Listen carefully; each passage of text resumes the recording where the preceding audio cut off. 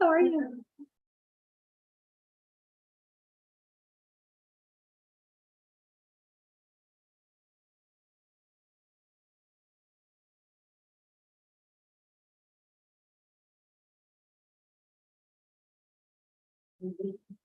Thank you so much. Great. We are live on YouTube.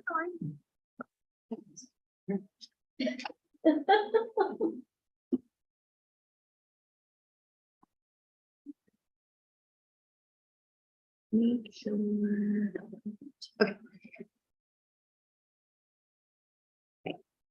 We've got to give it a few more minutes for everybody comes on in before we can. Quite nice and clean. Oh gosh.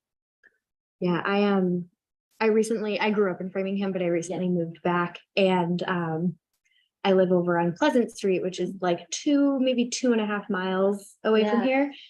Day last week, it took me an hour to get to work. Are you kidding? Nope. Gosh, you could have just gotten out of your car and walked.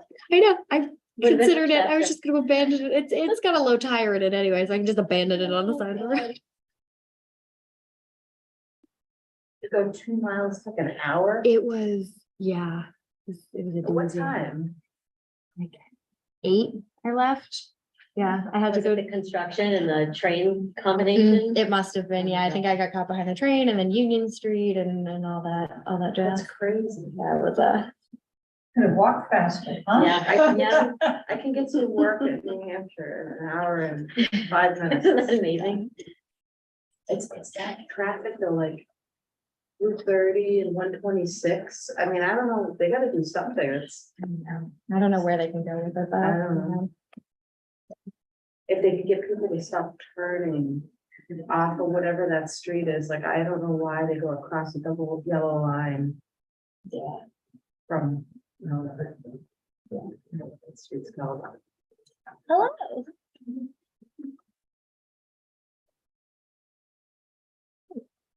Just so everyone knows, we do also have this program being live streamed on YouTube. And so the way this camera works, it will pick up volume. So if you ask a question, if it's okay with everyone, if your face and voice appears on our YouTube channel, or I start, okay.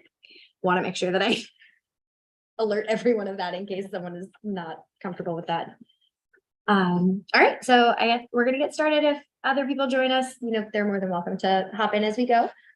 Good evening, everyone. My name is Allison Armstrong. I'm the head of information and research services here at the library. That's basically just a very long-winded way of saying that I'm the head of the reference department.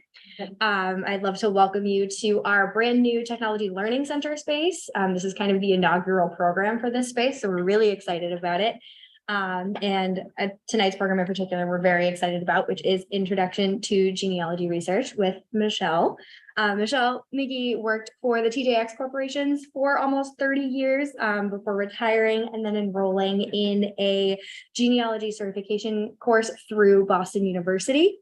And she's been a practicing genealogist since the 1990s, and she's taken her own family research, all the way from the Berkshire Mountains back to the Mayflower, and then all the way back to King Henry III, I believe, which is just an incredible amount of research. That's awesome. And aside from family research, she's an avid baker, home cook, enjoys her garden, and she currently lives in Framingham with her husband, Steve, and her dog, Mr. Baskins. And without further ado, I will turn it over to Michelle for this evening's program. Thank you. Thanks for the introduction, and thank you to the Framingham Library for hosting us today, and welcome everybody. I'm so thrilled that you're here. So today's program is getting started with genealogy, and this course is kind of geared towards the beginner. So I want to give you some information to get you started and some resources to keep you going.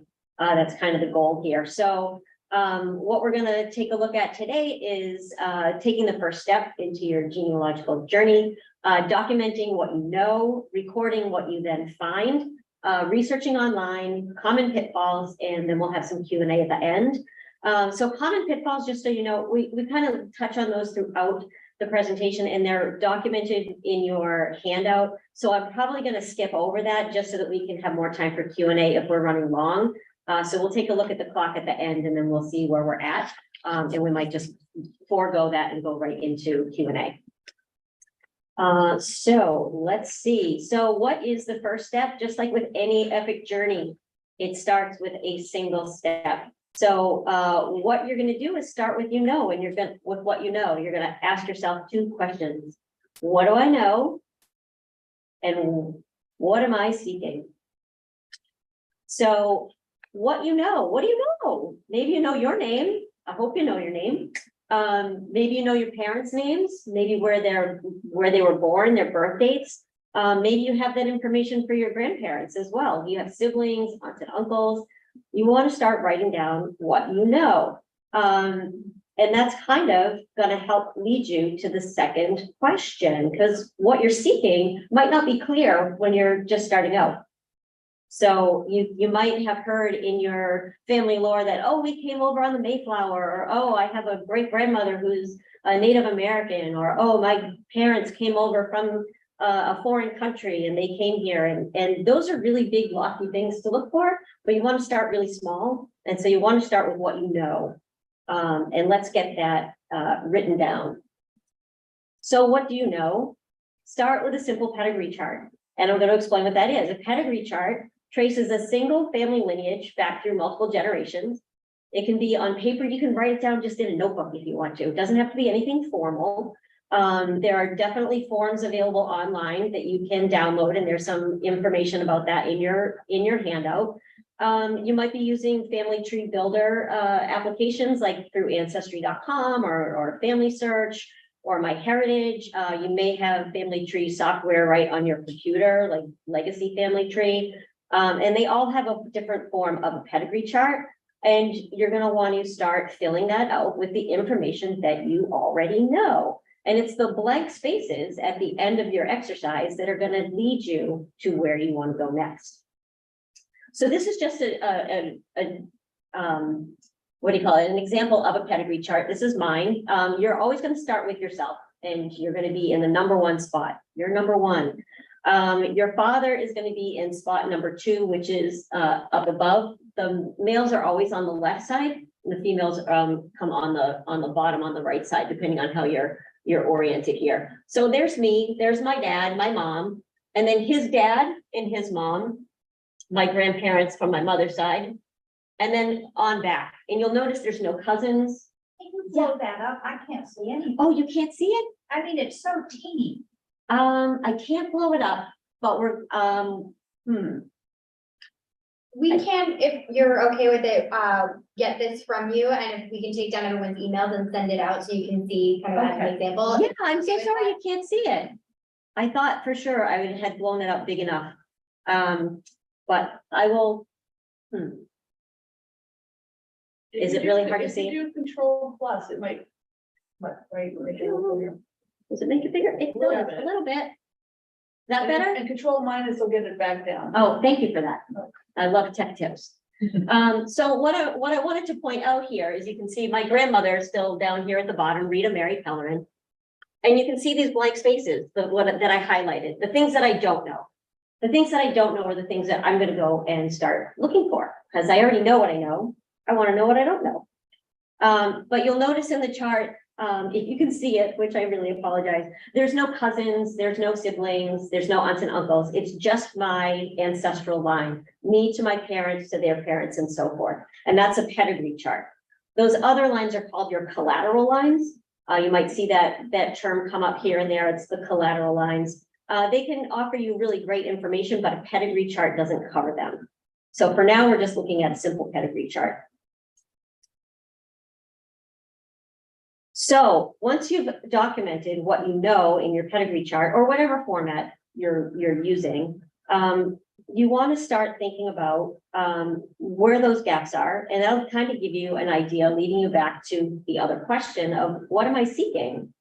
You want to have a really clear objective, because like I said, those big lofty goals are wonderful, but they're going to lead you down a whole bunch of rat holes. You're going to be up until 2 o'clock in the morning with your eyeballs wide open and dried out because you've spent all day, all night on Ancestry and you haven't gotten any further than when you started. So having a very clear objective and a clear focus is really going to help you get going in an organized manner. So there is an adage that I like to use when it comes to genealogy is how do you eat an elephant? And the answer is one bite at a time.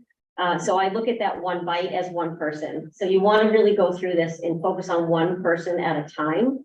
And that'll help you kind of eliminate all the noise that you're going to see on those websites, all the hints and everything. So that's the easiest way for me to advise you to stay focused is to look for one person and one person at a time. Thinking small can really lead to big results. So one thing that helps me is to build what's called a research question. And that is taking what you know and what you don't know and kind of combining it into a question. So my grandmother, Rita Mary Pellerin, I want to look for her father. So my question was, who is the father of Rita Mary Pellerin? And I ended it there because I thought, I don't know anything about him. But I actually do know a lot about him looking at my pedigree chart. I know he was married to Grace Couture, who was my great grandmother. And I know he was probably living in Bennington, Vermont around 1916. And I know that because I know my grandmother was born in Bennington, Vermont in 1916. So it is likely that her father was living there at the time as well. I also made a little note so that my question wasn't ridiculously long, that he was also the father of Blanche, Leah, Rosanna, George, Irene, Robert, and Raymond. Very busy guy. So, and these, I'm pointing this out because these are all ways of identifying him without knowing his name. And that's really important in genealogy because you don't always know the name that you're looking for, but you might have information that you can search on. And I'm going to show you that very shortly. But before you can search for information, you need to know how to record what you find. It's great to have all this avalanche of information coming at you, but if you don't know how to record it, it's going to be either lost or you're going to end up tripping over yourself and searching for the same thing over and over and over again, which I have done many, many times. So before we go searching, we want to know what we're going to do with it. So recording what you find, there's some forms that you can use. I like to use family group sheets, and I will show you an example of that. There's also research logs. And in Ancestry, if you're using Ancestry or Family Search or MyHeritage, those sites allow you to attach records directly to a person in your tree so that you have all that information available to you and with them.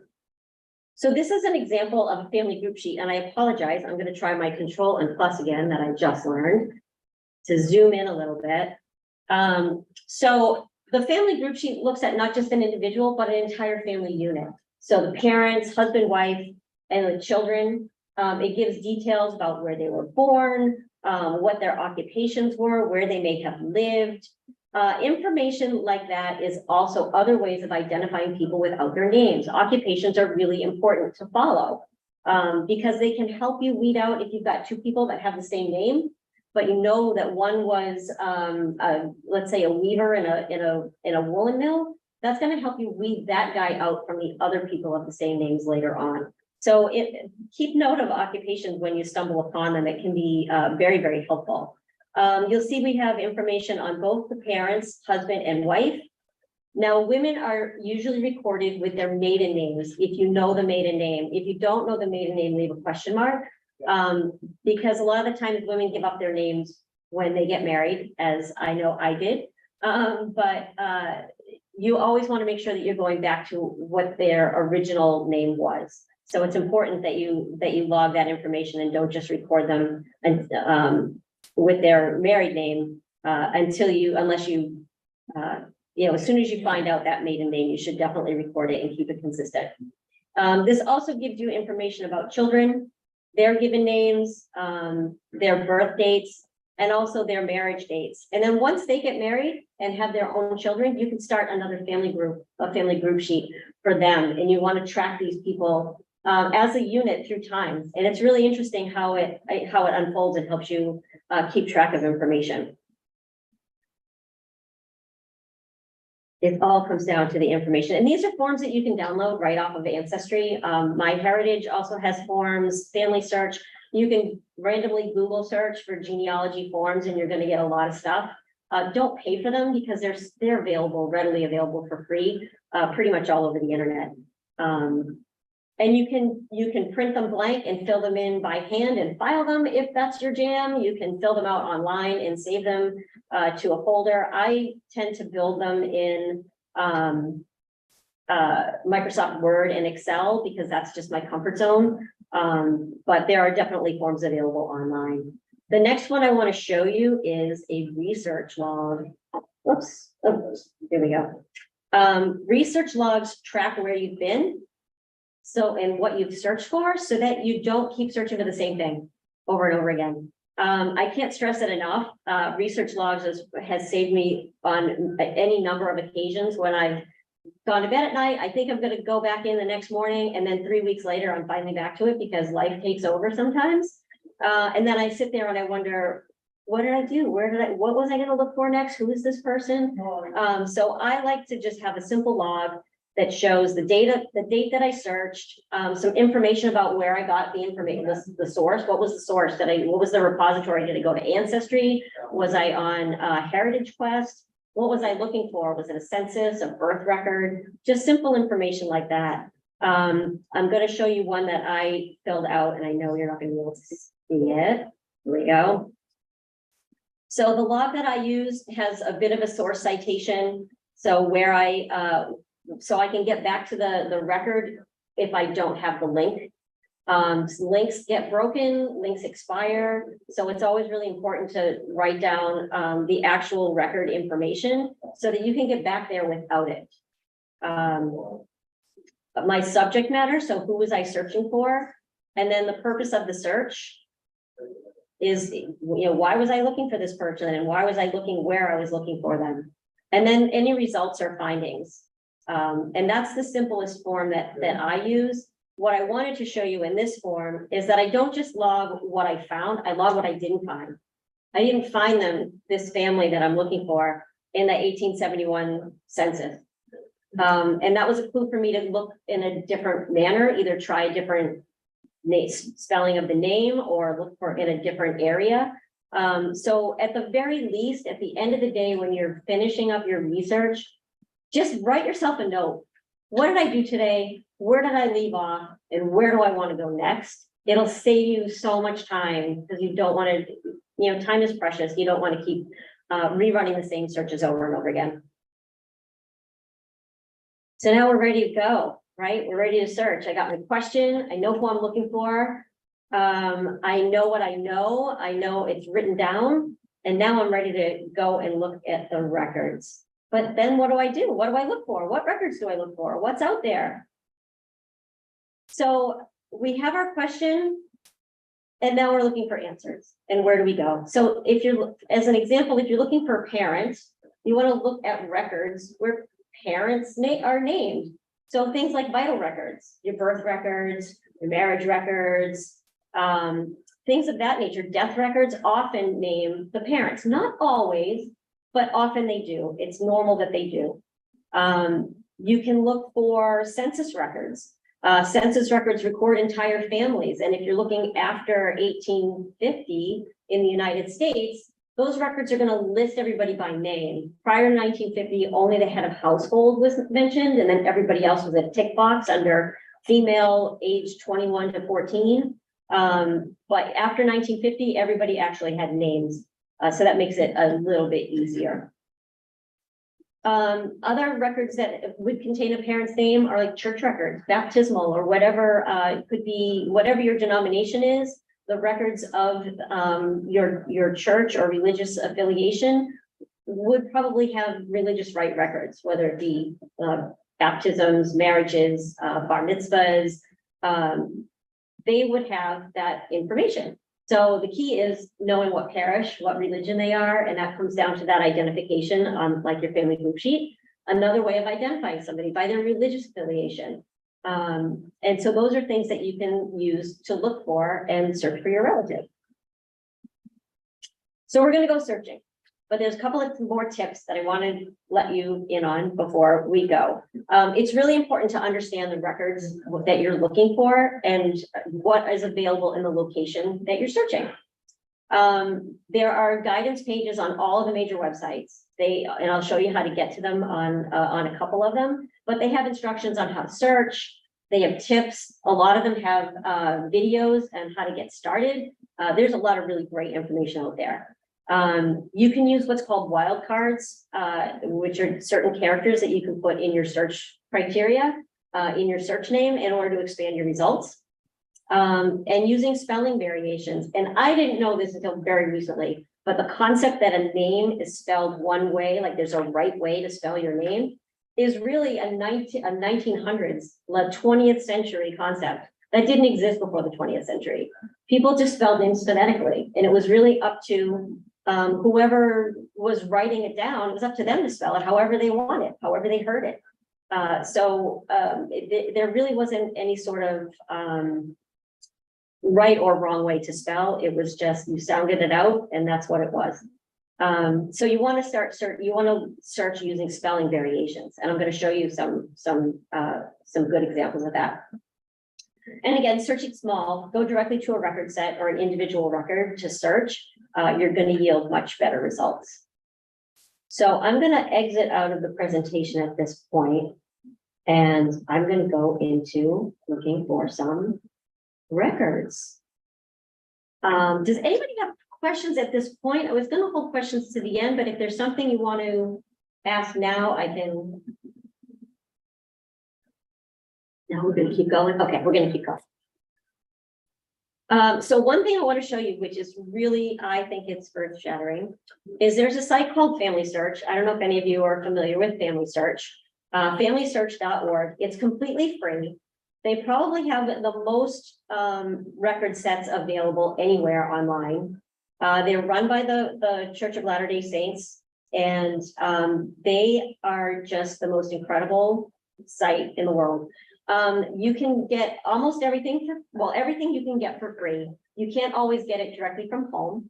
So Family Search, because of licensing agreements with some of the records, you either have to be in a Family Search center or an affiliate library. Framingham, unfortunately, is neither of those things, but the Franklin Library, right down 495, they are an affiliate library. So you can go to Family Search. You can go to the Franklin Library. You don't need a library card there. Second floor is the reference desk. You can use one of their computers and you can log into Family Search and you can get all of their record sets. Pretty much everything is available there. Even the ones that if you find them online, it'll tell you, oh, you have to be in a research center. Go there and you can get those records and you can download them right to your right to a memory stick if you bring it, or you can drag it into it. You can download it and put it into a Google Drive so that you can access it later. But they are one. There's a Family Search research center in Weston, and that I think is still by appointment only. But they will help you also with your research. And that's another place that you can go and get the records unlocked. And then the American Ancestors, the New England Historical and Genealogical Society on Newbury Street in Boston. They're closed for renovations until next summer, but I highly recommend that you go there. They will blow your mind and really give you a lot of assistance on your journey. But those are the closest places to get to a Family Search library. But what I'm going to show you here today, you can get anywhere. So this is the homepage when you go into Family Search. You do need an account, but it is a free account and they don't share your information. So you're not going to get hit with a bunch of third-party emails. It's a pretty safe site and they absolutely respect your information. So I'm going to come under this search little guy here, and at the bottom there's the research wiki, and I'm going to go into the research wiki. I love the research wiki. So here you can get so much information. They have a guided research, which I highly recommend trying, especially if you're just starting out, because it'll walk you through step by step what to do, and then it'll prompt you where to go next, where to look next. They really did a great job with it. I really like it. So, but what I want to show you is the why you need to understand the records in the place and time. It's all about context of where you're searching. So you can click on any of these bubbles and it's going to pop up a menu. So this is North America and I'm going to look for United States. So anytime you see a little caret symbol, it means that there's information below it. So that this gives me all of the states, and I'm going to go into New York. So here I am in New York State, and all the states are set up the same way. It's very consistent the way the site's set up. So off to the right here, you see the record types, and these are all the record types that you could expect to see in the state of New York. So that's really interesting. So I am going to click on vital records, because that's what I'm looking for: birth, death, and marriage. So if I click on vital records, this is going to give me all kinds of information about what vital records are, what they are doing in New York. And I want to look at, oh, actually, you know what? That's not where I want to be. Let's go back here. I want to look at a county, because in the United States, a lot of our records are held at county level. So I'm just going to click on any random county here. And at the county level, I get this little grid, the beginning dates of records. So I can see birth, marriage, and death records didn't start until 1880. So if I'm looking for somebody who was born in New York in 1840, am I going to find a birth record? Never. Do you know how long I searched for a birth record before 1880 in New York State before I found this? Because I didn't do the work to go and read. A long time. Now I know better. I know to start with reading. So birth, marriage, and death didn't start in New York State until 1880, and general compliance not until 1915. So it's kind of a crapshoot whether you're going to find something between 1880 and 1915 also. So just know that going in, that there is a possibility that you are on a fruitless mission. Every county is different. Every state is different. So luckily, if you're looking at Massachusetts, consider yourself blessed, because most of the towns in Massachusetts started collecting records and requiring civil registration at the point in time that the colonies were formed and the town was incorporated.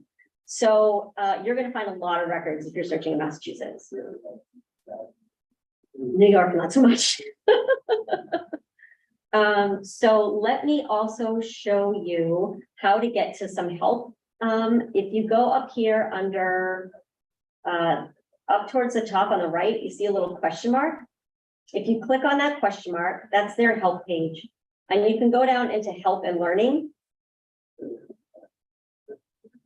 Help and learning.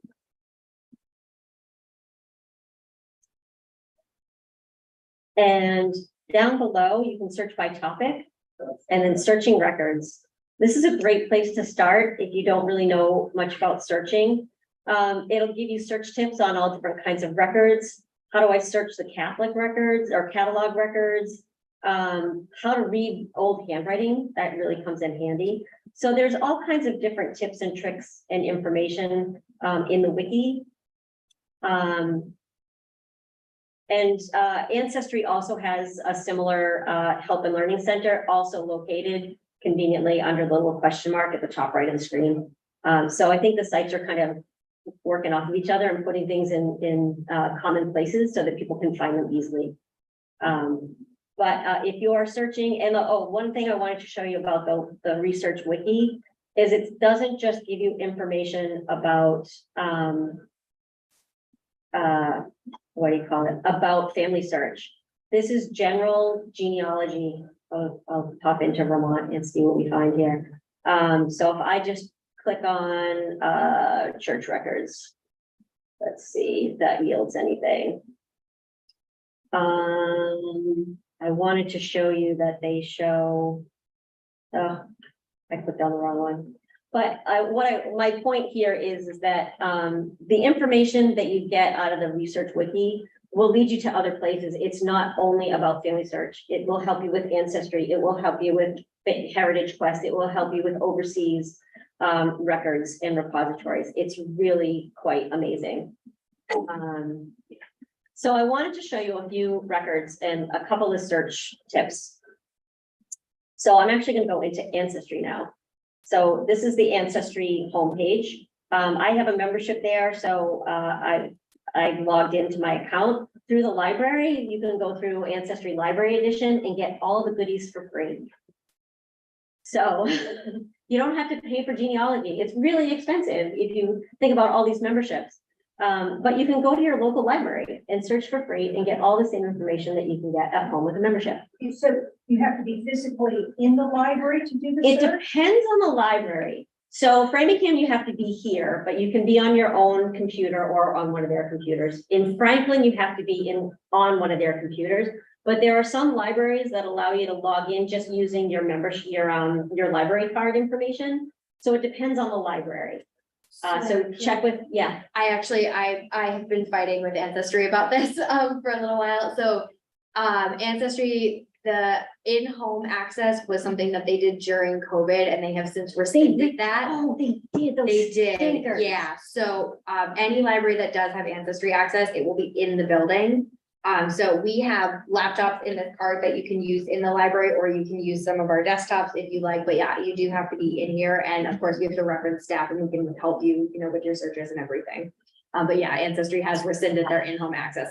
Heritage Quest, you can access from home, which the Framingham Library also has access to, which I'm sure you'll touch on more. I don't want to get ahead of you. I actually didn't because I couldn't get into it. Oh, gosh, So, we do also have Heritage Quest, Okay. which is very similar to Ancestry, but just the searches are a little bit different, but that can be accessed from home. And we are currently looking into seeing the process of getting us into Family Search as a library. I'm trying to get into good about That'd be that. so I'm hoping great. we can get it. And I believe, I'm a Franklin resident and good. I just started dipping my toes into this. And so far, I haven't had any problems accessing anything through the Franklin Library from home. Oh, you I can go have, from home. I've Oh, just- because you're a library. I'm not a library member there. yeah. So I went well, down there. I have a Framingham card because I work here, Mhm. but I'm a Franklin resident, so all the data in the record says I'm a Franklin affiliated. Oh, okay. So, yeah, Good for you. yeah. I had to go there. But anyway, so I wanted to show you, back to my research topic of looking for unknown Pellerin. I'm going to come in and I want to show you just kind of drilling down into the records. So if you look over here on the Ancestry homepage, you see search people, explore billions of historical records. Billions is too many. You want to start really small. I'm going to show you how. So I'm going to click under search and I'm going to start with census and voter lists.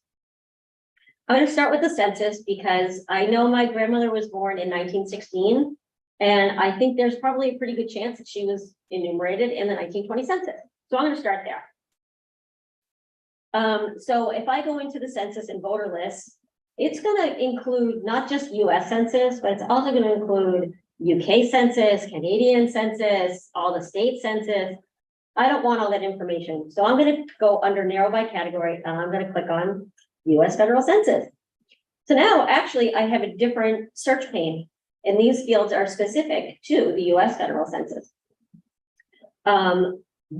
I would recommend that when you come in to look for anything, if there's a thing on the side that says search tips, read that.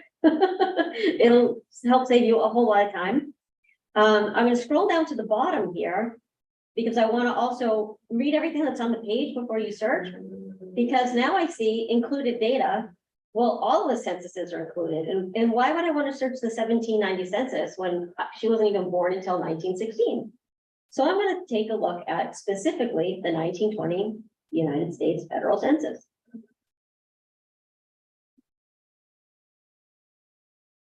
And we're spinning, here we go. Okay, so now the census form is skewed a little bit differently. So these now are fields specific to the 1920 census, which is different from the 1930 and different from the 1950, et cetera. They each have their own information. But I'm going to come up here at the top. I'm going to hover where most people usually hover, and I'm going to put in her name, Rita Pellerin. I'm going to ignore all this stuff because this is from previous searches. And I know she was born in 1916. There we go. And she was born in Bennington. Oops. Bennington, Vermont. And I'm going to leave it at that and I'm going to click search and see what I find. Well, I got 3 records. I got Rita Pellerin. Whoops. I got a Ruth Pellerin and another Rita Pellerin spelled phonetically, or what I would call phonetically. But there's a problem. These people are all, this one's in Michigan. And the parents are Louis and Alida. When I know my great grandmother's name was Grace and they didn't live anywhere near Michigan. Then I have Worcester and I have New Hampshire. Well, where the heck is my grandmother? Why wasn't she there? So I'm going to show you a different way of searching. I'm going to click on this little pencil and edit my search. And I'm going to get rid of her name. And I'm going to move Bennington from the birth location to lived in. We're going to get rid of 1916. Now, Ancestry allows you to search on the child in a family group, but there were multiple children. So if I click on this little link up here that says child, it's going to add a bunch of child spaces. Now, I know the spouse of my great-grandfather, who would be the head of the household, his spouse would be Grace. So I'm going to search on Grace. And then I'm going to search on the children. There was Blanche, excuse me, Leah, Rose, Irene,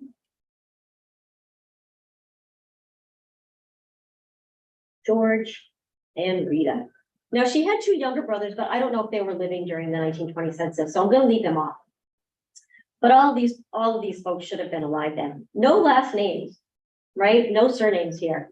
I'm just going to search on the family group. I'm going to click search and see what happens. So I get a list. I get a lot of lists. Look at that.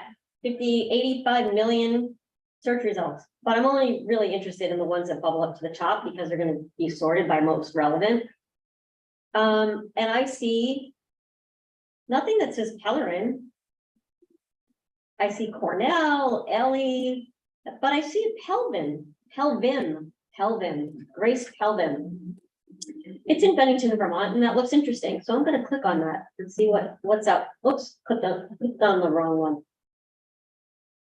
Let me go back. Let's look for Grace Pelvin. So if I look, so this center section is the transcription of the record. And I see, here's the family group. And look what I see. I see Blanche, Leo, not Leah, but Leo, Rose, Irene, George, Rita, spelled very differently from how my grandmother spells her name, and Robert. So her younger brother Bobby was alive for the census. But how the heck did they come up with Pelvin? Always look at the original record. Don't trust the transcriptions. We're going to come in here. Let me get rid of this view. The nice thing about searching in Ancestry is they highlight the record when you're looking. So I'm going to scroll in here. I'm going to zoom in so that you can see this. So that's their name. I know it's Pellerin, but this says Pelvin. But the whole family group is intact, exactly as I know them. So I know this is them. So what's happening here is we're relying on a couple of things, especially when it comes to census. You're relying on the person who knocked on the door and wrote down the information. You're relying on the person who answered the door, which may not have been my ancestor's family. It could have been a neighbor. It's whoever is home, whoever's around when the census taker comes, they take down the information. And we're then relying on, many years later, the record is scanned into a digital format, and then you're relying on what the transcriber, the indexer, the volunteer sees. So she's not seeing Pellerin or he, it looks like Pelvin. So that's what they wrote down. And that's how it's indexed. And that's how I was never going to find her in the census looking for Pellerin. So that's why I mean, get out of the concept that there's one way of spelling something. Search on different terms, search in different manners. You'll find them. And look, George, Pellerin, or Pelvin. My great-grandfather now has a name that I didn't have before I started searching, before I found the 1920 census. Couple of other things. Census are great information, right? So, okay, he now has a name. If I keep going to the right, I see that he's age 44. 44 in 1920. I can do math in my head. Or at the bottom of the screen, you'll see this little face icon. If I click on that, whatever row you're highlighting in the record is going to highlight down below. And I see George, and I come over here, he age 44, they estimate the birth date for me. So I didn't have to do math, 1876. Just one of those things that I like. And sometimes this really helps if you really can't read the writing. Hopefully the indexer was able to read the writing, and there's some information down below, but I'm going to get rid of that. Census can give you a lot of information. I now know that he was born in Vermont. And his parents, both of his parents, were born in Canada. I know he was a weaver. So that's information I have about him that I can use to help if there's another George Pellerin, which I know there are at least 3 of them.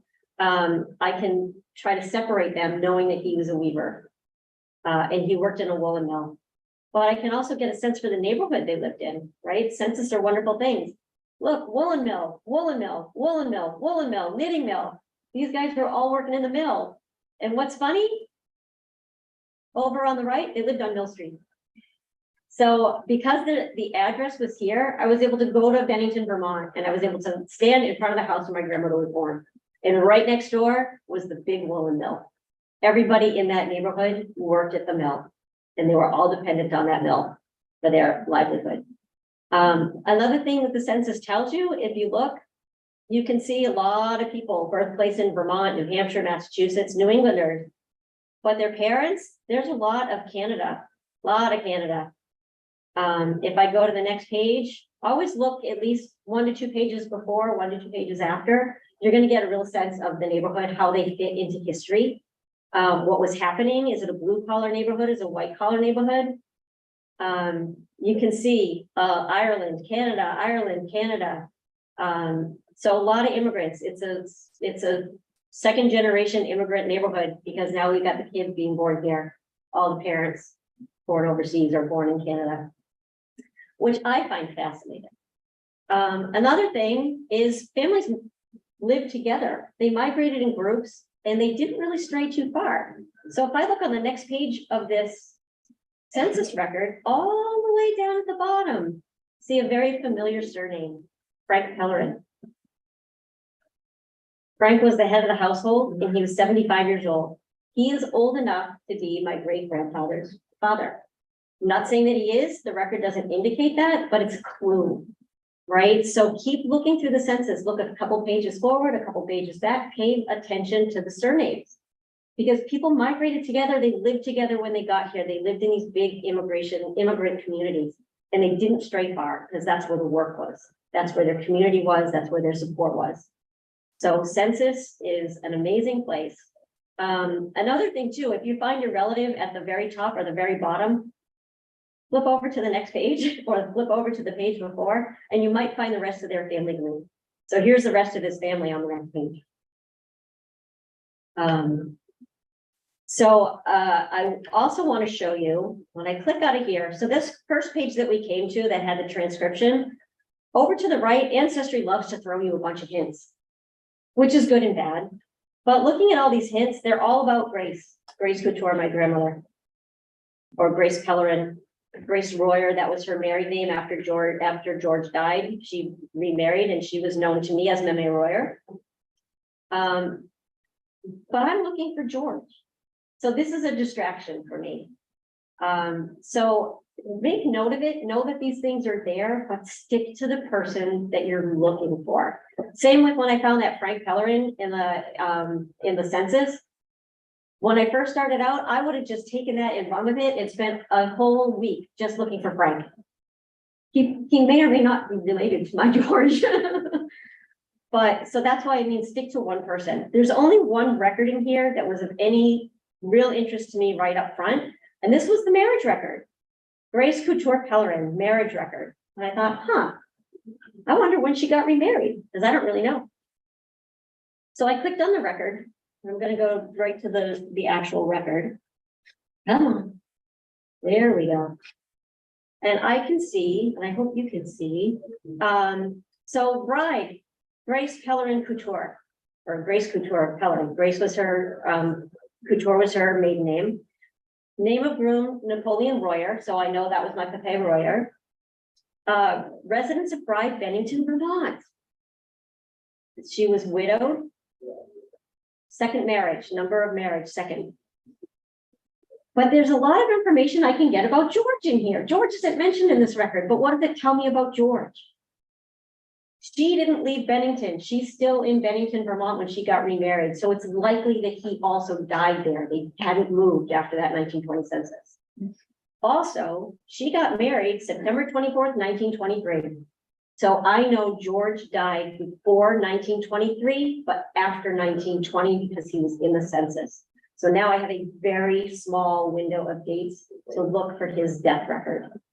So it's interesting that you can use other records where somebody isn't even named to help you get further along on your research for somebody that you're looking for. So it's paying attention to those little clues that can really, it can really be exciting, and it's like a treasure hunt, I think. But I'm gonna leave these guys behind right now. And I'm gonna go back over to Family Search, back over here. And I am going to show you just one instance on how to use some wildcards. And let me find the page that I'm looking for. Here we go. So I'm going to go to, Family Search, and I'm going to go into search, and I'm going to look at records. There's other things I can search for images. I can search other people's family trees, published genealogies, which if you're lucky enough to have a popular surname and find a genealogy that's all about your family, that can be really cool. But I'm going to go to records, and I am going to put the name in of Antonio, but I'm going to use the wildcard symbol of a star. So the star represents a string of letters. So if you don't know the name, so I know his name is Antonio, but as we saw previously, it could be spelled something else. So just for the sake of this demonstration, I'm using an ant with a star, and his last name was Petrarca. And I'm going to click on more options. Now, Antonio Petrarca was born in Brunelli, Italy. I'm just going to put in Italy. Somewhere between 1880 and 1889. Now, when I first started searching for Antonio Petrarca, I was told just that. He came over from Brunelli, Italy, and he settled in Natick, Rhode Island. I didn't even know there was a Natick, Rhode Island. Natick, Rhode Island, which is part of Warwick. And I was given, he was somewhere, and I was given that birth range. And I thought, well, heck, that's going to be, how many Antonio Petrarcas can there possibly be that went specifically born in Brunelli, came to Natick, Rhode Island? It turns out there were at least 7, all born within 10 years of each other, all first cousins. So, so there's a lot of information that you can use to separate records. But for now, I just wanted to show you that all these different Antonio Petrarcas, but I want to show you really how, okay, I have 383 results here.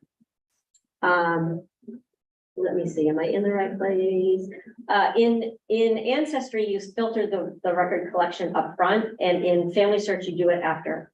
So I can look at this collection, and I can click on the collection, and it shows me everything that they're searching when they're looking at these records. So I'm really looking for, I want to know when he got here. So I want to look for migration and naturalization. And I'm going to click Apply Collection Filter and see what happens with my result. And so now I have 118 results. So you can see how that can really narrow your search by searching for a specific record. Otherwise, I would be searching through a sea of Antonio Petrarcas and a whole bunch of different record sets that I didn't need just to find his coming over here in Italy. But I really wanted to show you how to use that, the star symbol to get, so see, I'm getting, well, actually, let's try it on the last name and see what we get. Let's do Antonio and just do PET with a star. It'll let me do that, PET search.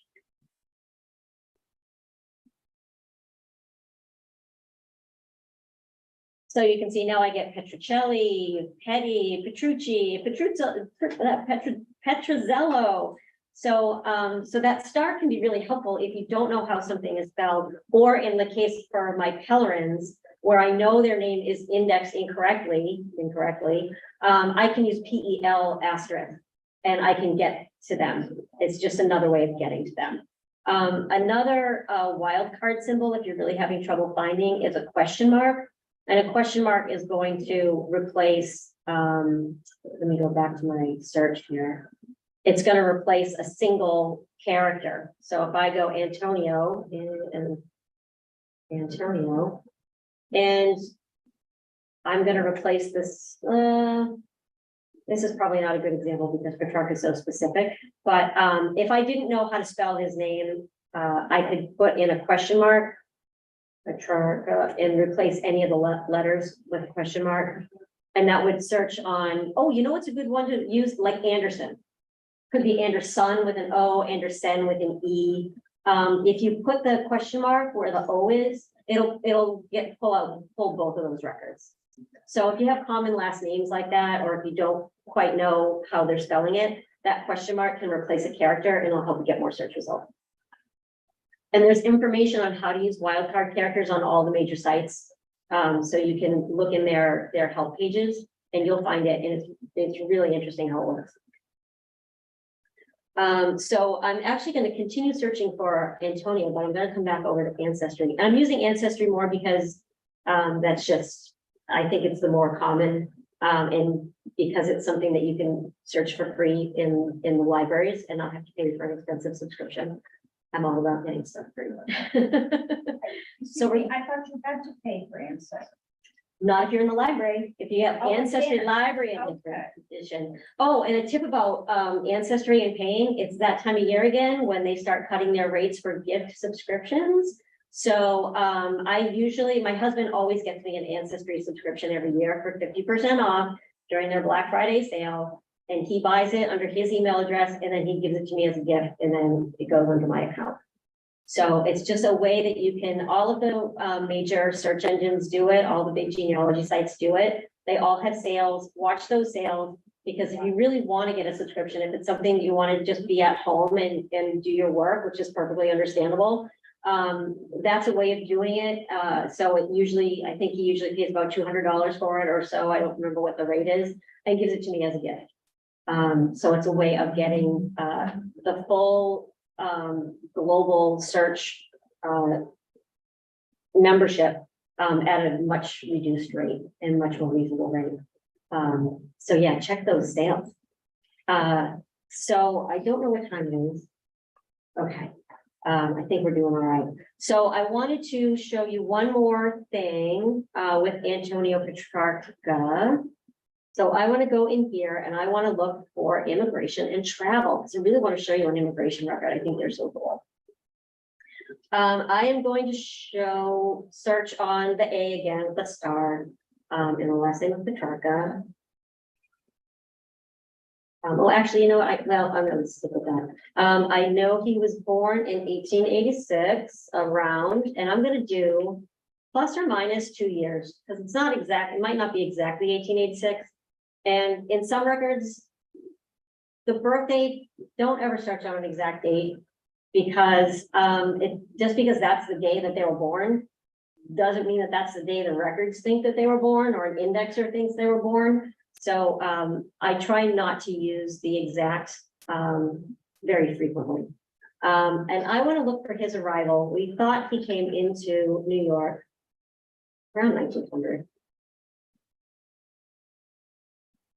So we're going to look.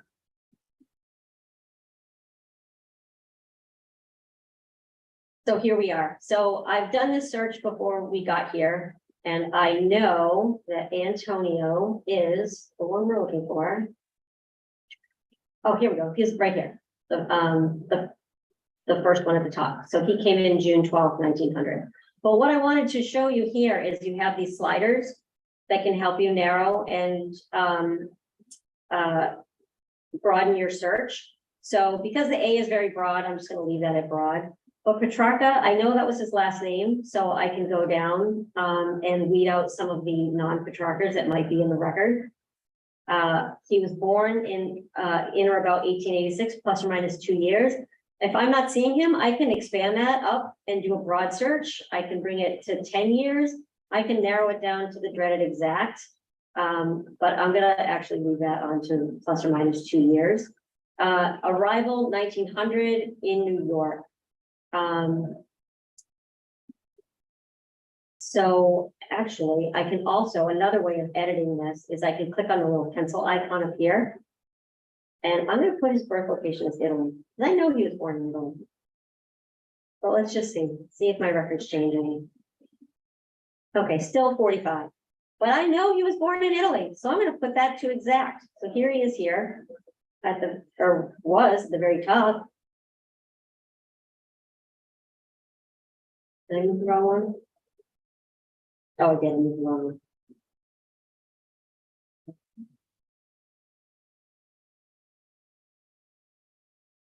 So he's gone now, gone from the record. And trust me, he's gone because I tried this at home.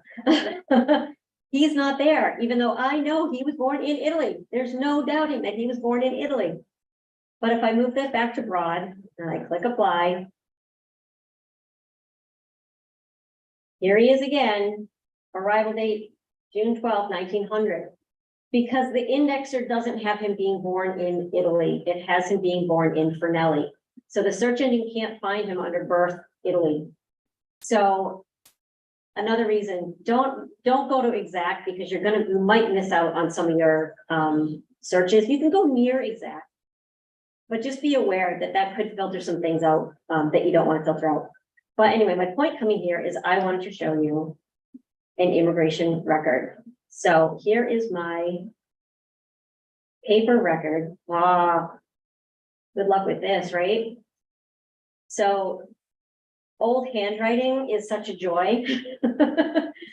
But really you want to look at the record yourself because the transcriptions don't give you nearly as much information that's on that's in the actual record. So here's my Antonio Petrarca. Well, here's one of them, Antonio Petrarca, he's 28. I want this little guy, Antonio Petrarca down here, who's 12 years old. I'm gonna zoom out a little bit. He came here when he was 12. And his calling or occupation, laborer at 12 years old. Can you imagine? He wasn't coming over here to go to school and play kickball. He was coming over here to work and provide for his family at 12 years old.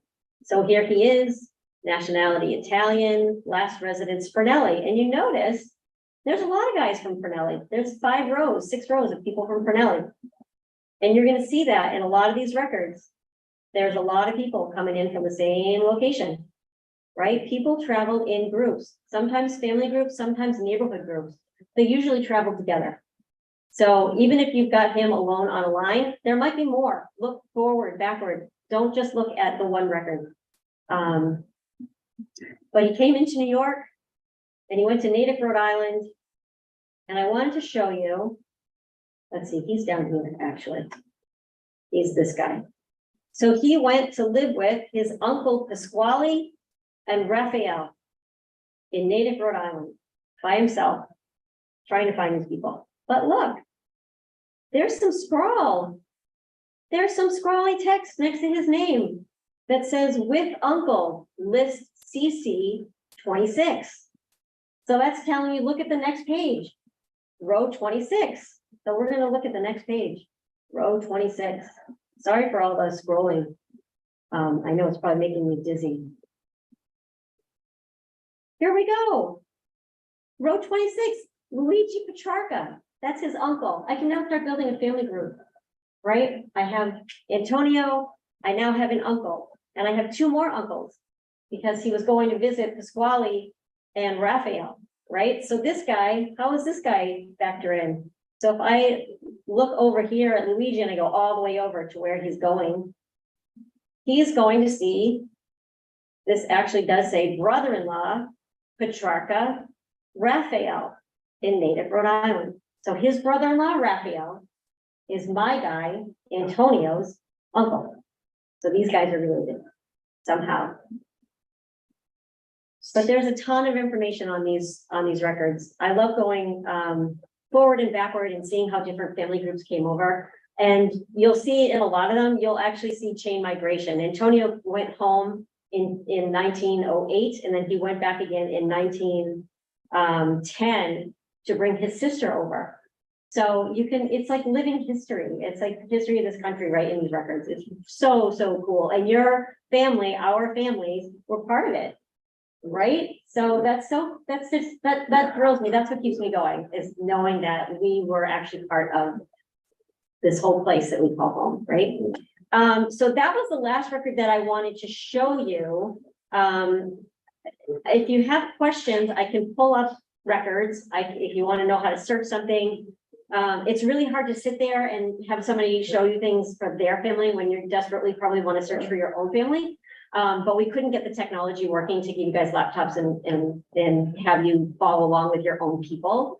But I'm happy to answer any questions. I can go into my deck and look at the pitfalls. I don't know what time. Oh, it's it's right on 7 o'clock. Yeah, we have the room until 7:30. So we'd like to stay if there are questions. If you would love Michelle to show a couple more examples of searches, we can absolutely do that however long we want to hang out. Yeah. Really up to you guys. I'm happy to do whatever. Oh, you have a question? Yes, I do. Do you have any tips on finding French Canadian ancestors? French Canadian ancestors. Oh my gosh. I'm having such a devil of a time. You know what? If you go to the Family Search Wiki, I love the Family Search Wiki. And you go into Canada. I'm really only beginning with my Canadian ancestors. A lot of it is finding where in Canada they were. But there's a whole bunch of information on how to search in Canada. You know what? I also find there's a fantastic site called, oh, it's not Family Search because we're in Family Search.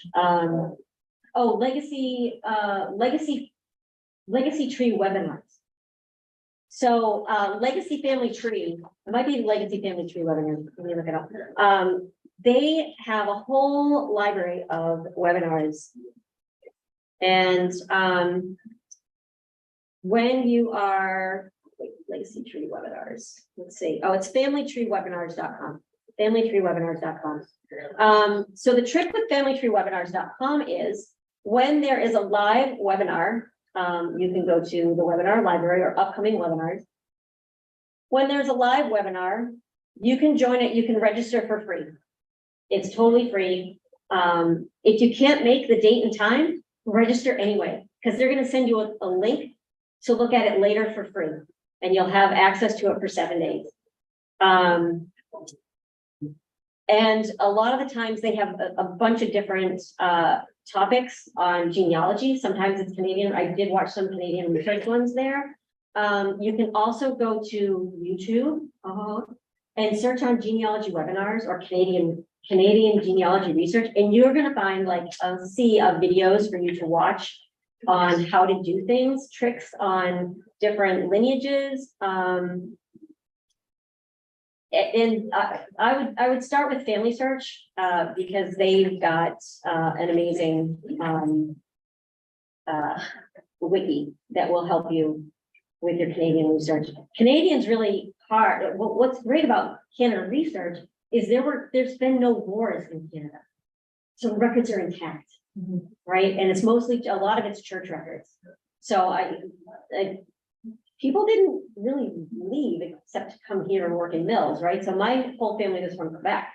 And so I finally found a parish that they lived in, and the church records are amazing. And they're all there because there was no war. So things weren't destroyed and still kind of look the way they did back in the 1800s, 1700s.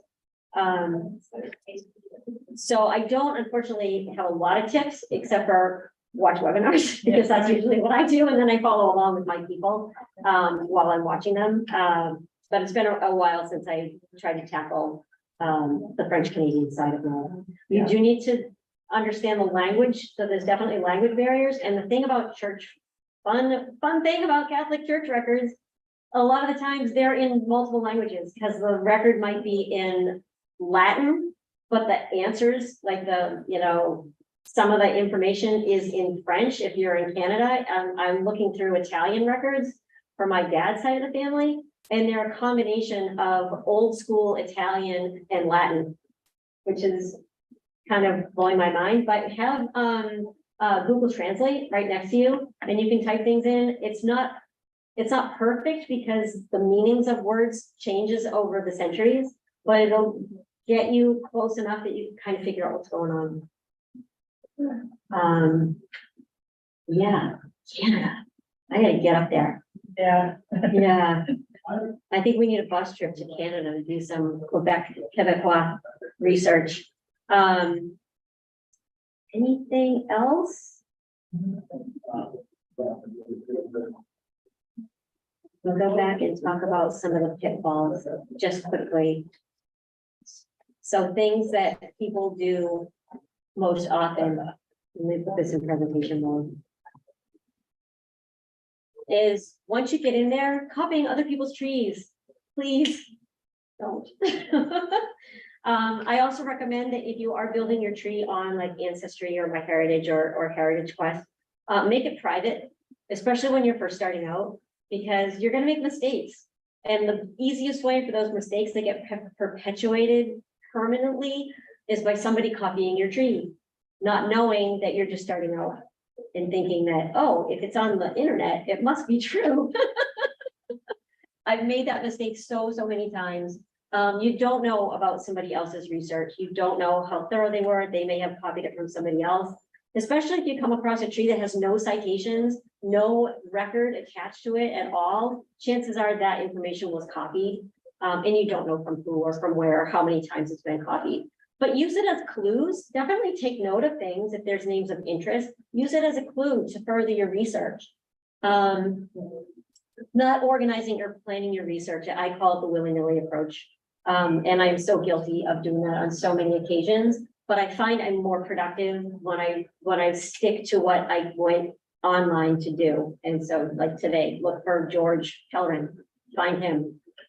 Once I have enough information on him, then I can go up a step further. So it's just stick to your goal and try to stay focused and make sure that you're logging what you do. And spelling your name only one way. I can't stress that enough. You saw it in my own family records. You're gonna see it in yours. Names are not always spelled the same way. I once pulled up a will of one of my ancestors and I was so thrilled to have an actual will. And I started looking at it and he himself wrote the will and spelled his name 5 different times throughout the course of the 12-page document. So they didn't even spell their own names the same way in the same document. But keep track of those alternate spellings that you come across in the records, especially if it's something that's indexed. You can try to get the index corrected. I've been trying to get Helvim corrected. That hasn't gone through. It's been a couple of years now. But keep track of them because then you know that it's an alternate name that you can try to search on. And maybe it was mistakenly done on another record. Limiting your research to only your direct ancestors. Now, I know I showed you the pedigree chart that only shows you the direct ancestors, but sometimes you hit a brick wall, and that's where your collateral lines are going to come in handy.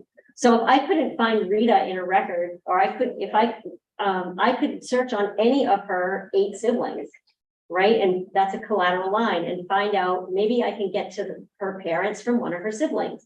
Maybe I can get to my great grandfather's parents through a great uncle.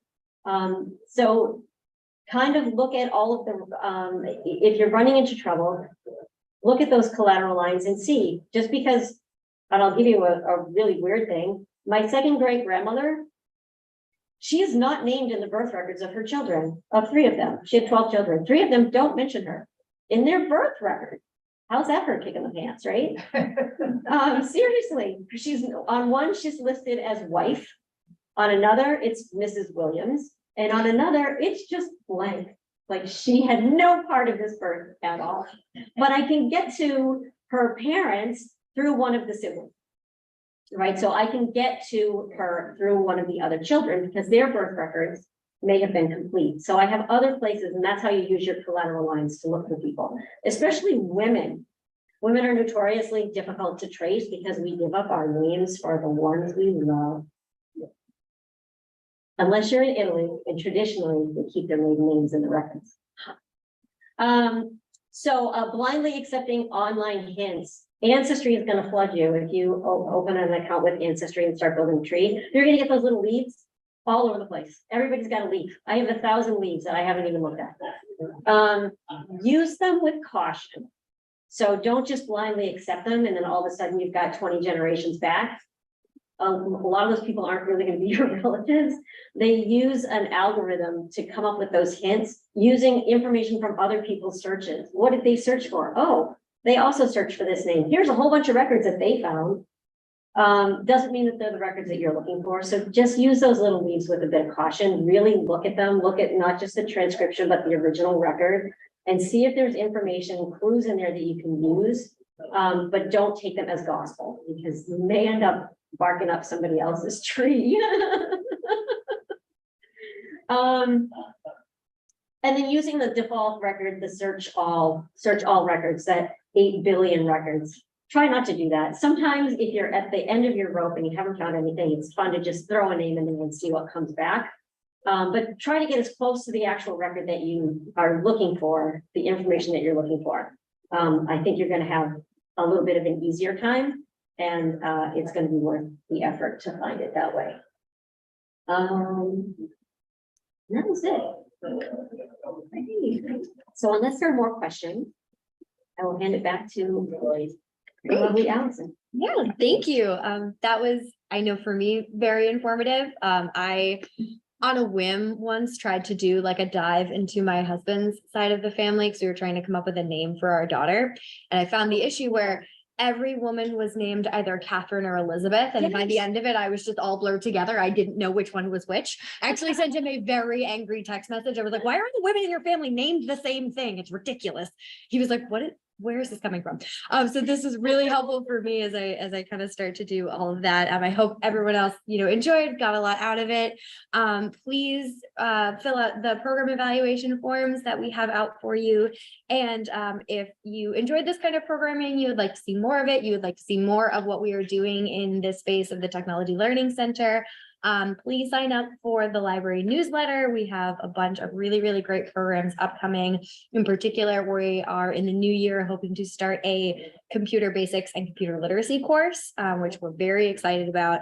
But yeah, I just want to thank Michelle again so much and thank you all for coming. And I hope you have a wonderful rest of your night. Thanks all. Thank you. So do you want our emails? Yes. Yeah, if you want to put them on the program eval, then I can make sure that the slides get sent out to you.